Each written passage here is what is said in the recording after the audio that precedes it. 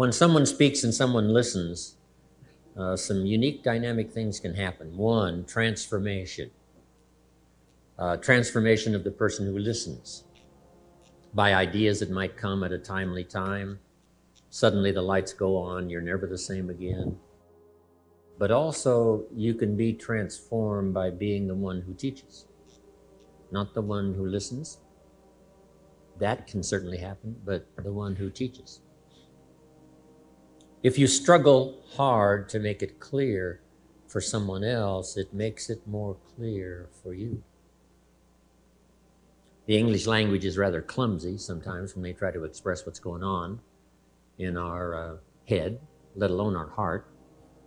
But if we choose the best words we can, and if we're sincere, and that's the underwriting theme of lecturing, trying to get an idea across to someone, whether it's one person of one or an audience of 1,000, is first of all sincerity. However, here's a good note to make. Sincerity is not a test of truth. We must not make the mistake of saying, he must be right, he's so sincere. See, that could be a mistake. Because it's possible to be sincerely wrong. So we don't judge truth by sincerity. You can only judge truth by truth. The old prophet said this: words are like a lamp for your feet, so you can see where to walk.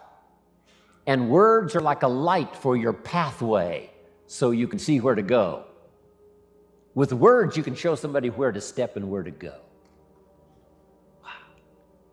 I said a little prayer before I left my hotel room this morning and asked God to give me a little stronger gift of words today, so that my words might have meaning. Maybe I've caught you at just the right time. Maybe this is the moment for you. And if I can say something uniquely enough, using the English language best as I can. Words are sometimes clumsy when you try to express what's going on in your head, let alone your heart. But if I can do as good a job as I possibly can in the session we've got this morning and then again this afternoon, by the time I'm finished, maybe my words will help turn on another light for you. And you'll be able to see the possibilities better than you've ever seen it before. You'll be able to see yourself more successful than you've ever envisioned it before. If I can wisely say good words. Words are like lights. It's like another light. The gift of language is so powerful, it's worth the exercise. It's worth the effort. What if it's very limited? Then your ability to express what you think, express how you feel, is limited. So by a very restricted vocabulary, if you can't understand very well, and if you can't express very well, then your world becomes very, very small, and you only need a place 8 by 10 to live. So jot this down. Make one of the books a very important book, and that is the dictionary. Come to a word you don't understand, you look it up. Say, what is this word? Vocabulary. You need the practice. Practice everywhere. If you're going to give someone a gift and send a little card, practice making this little card something they'll keep and remember for the rest of their lives. Not ordinary, extraordinary. Not like everyone else, different than everyone else.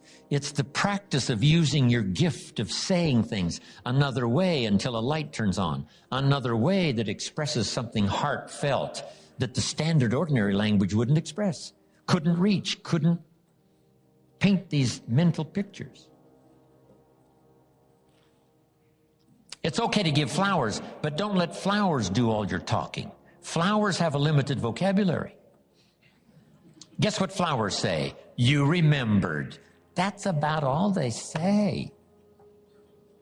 Flowers don't say, nobody in this world affects me like you do. Love. See, flowers talk, but they don't say that. That you got to put in the little card. Nobody in this world affects me like you do. Love. And then you sign it. And see, long after the flowers are gone, somebody's going to keep the words. The words are more powerful than the flowers. So don't let flowers do all your talking. See if you can't choose the words that are meaningful, words that are unique. And the more you do this, practicing every little occasion to say something well, every little occasion to say something well, whether it's a little talk to the family gathering, or whether it's training, or whether it's inspiring, or a little class on Sunday morning, whatever it is, keep improving, find a new way to say it, a new illustration, a new story. You'll get better. The gift will belong to you, and the effect could be electrifying. Don't fail to say it. Now, women are better at this really than men. Women seem to be able to find the language much easier to say something. Men have to work at it a little harder. Now, I've put communication in 3 parts because all 3 of these parts now help me make more fortunes. Here's the first one. It's called training. Training is simply showing somebody how to do the business, how to do the job. If you get good at that, the pay is incredible. Whether it's your own enterprise or whether you work for someone else. Training pays big money. Here's the next one, teaching. And I've divided the 2 just to make the point. Teaching is more teaching life skills. Teach somebody how to set goals. Teaching leadership. Teaching management. Teaching how to become powerful, gifted, influential. Teaching father skills, mother skills. I've now, the last 15 years, learned grandfather skills. I set a goal when I became a grandfather to be one of the best grandfathers any grandchildren ever had in the whole wide world. I practice it. I think about it. How to use my newfound life as a grandfather and learn every skill possible to dazzle my grandchildren. So teach people how to be good fathers, good grandfathers, good mothers, good leaders in the community. Teach a minister how to teach. Teach a minister how to use the gift of language to persuade. So communication is part of its training, part of its teaching. Here's the best part, though, in the gift of language, and that's learning how to inspire. Inspire simply means a few simple things. Here's number 1. Help people to see themselves better than they are. Yes, sometimes we have to help people see themselves as they are. If they've made mistakes, maybe that needs to be pointed out. If a child has messed up, sometimes you've got to say, you've messed up. But don't leave them in the mess. Now transport them into the future with the gift of your language and inspire them with the person they can become by using the mistakes of the past to develop new disciplines for the future. You must transport your children into the future. Yes, you have to take them back to review their mistakes, but don't leave them there. Now transport them into tomorrow. Transport your children into next week. Help them to see themselves 30 days from now, 90 days from now, 6 months from now. Help them to see themselves successful. It's your gift of language that can do that. Help them to have faith for themselves and faith for the future. The sacred writing says this: faith comes by hearing words, good words. Somebody who well chooses their words and delivers them with uniqueness can inspire faith for somebody to believe the most impossible things can be possible. And that excitement of possibilities comes from hearing or reading unique words. Here's an expression we've heard. Words are no substitute for action. That's true. Let me give you another one. Action is no substitute for words. It's okay to do, but you've also got to say. Express it, as clumsy as it might be to start. Start a better program of better communication, saying it better. Intensity is the emotional part of communication. Communication is both words and emotion.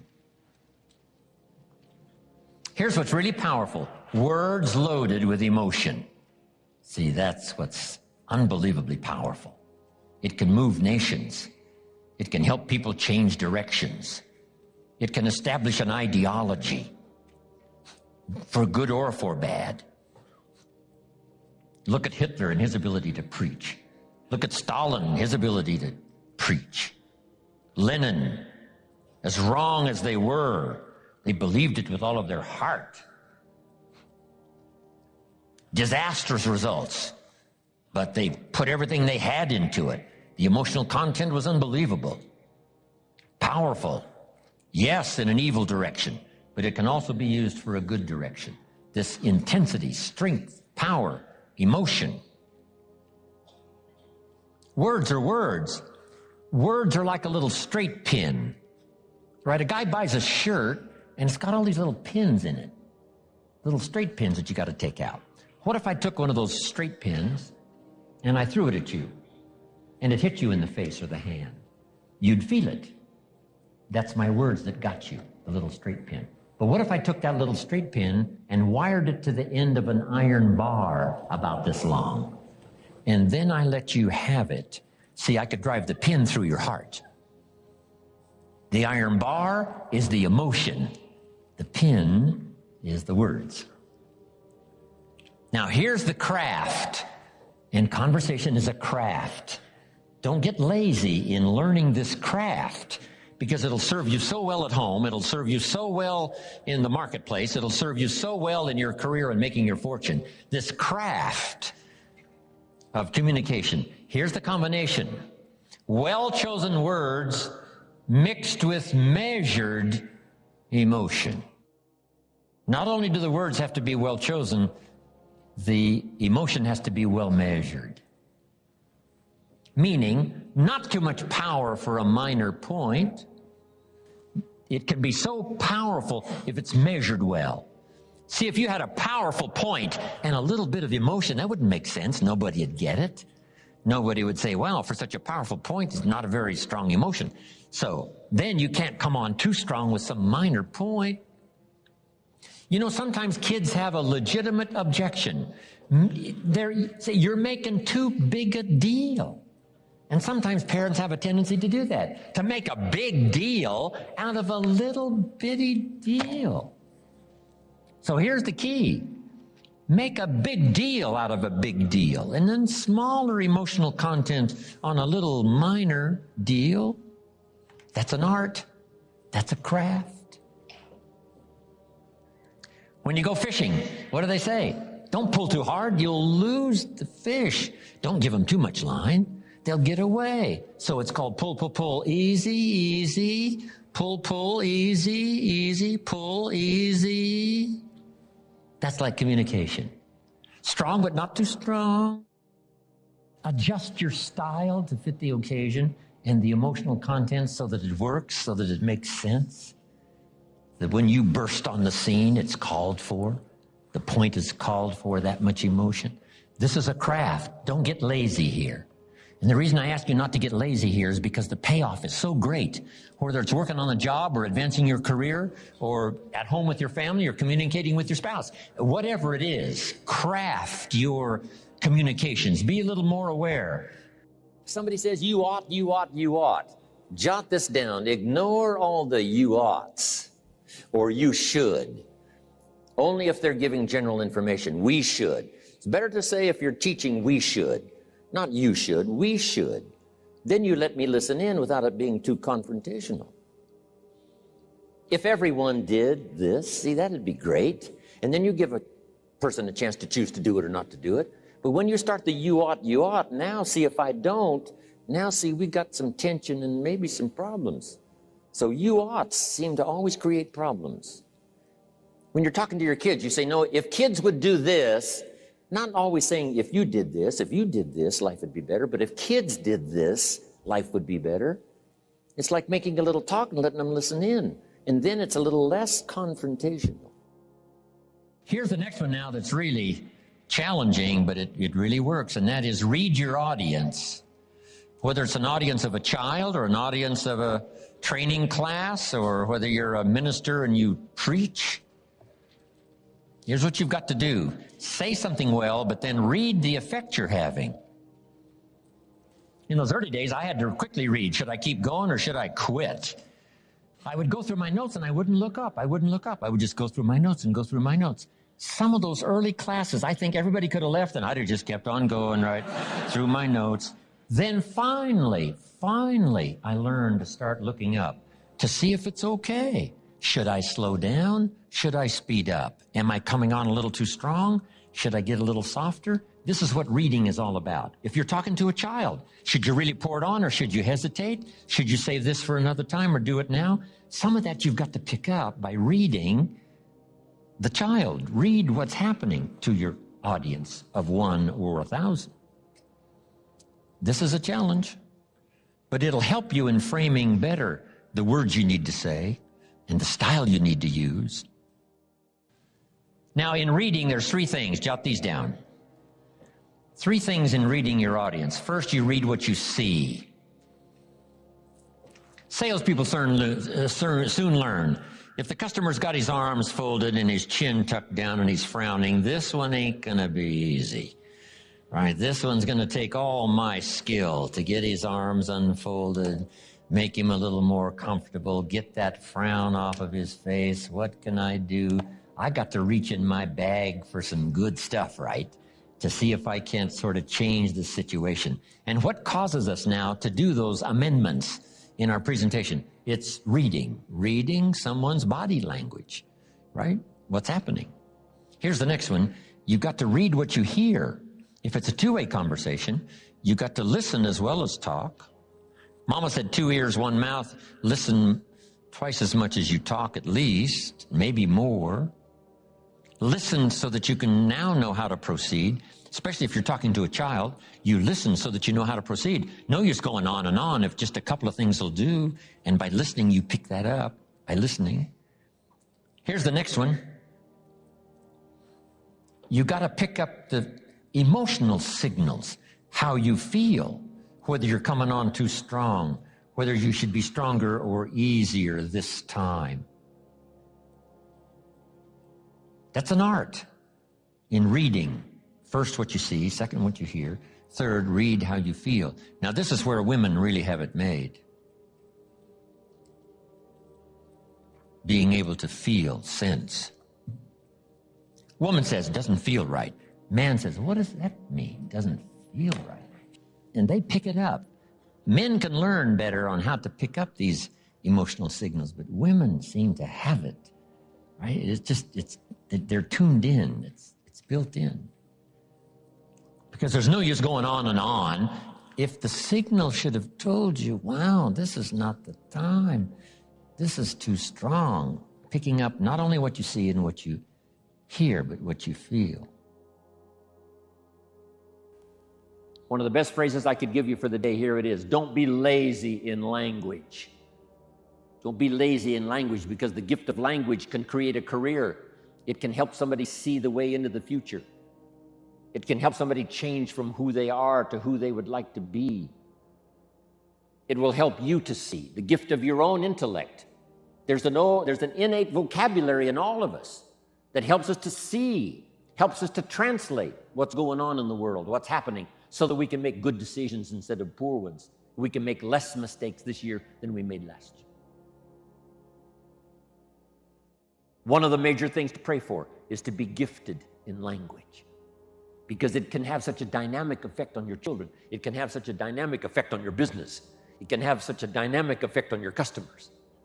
It can have such a dynamic effect on your business partners, that not to continually get better and better at the gift of language would be a great mistake.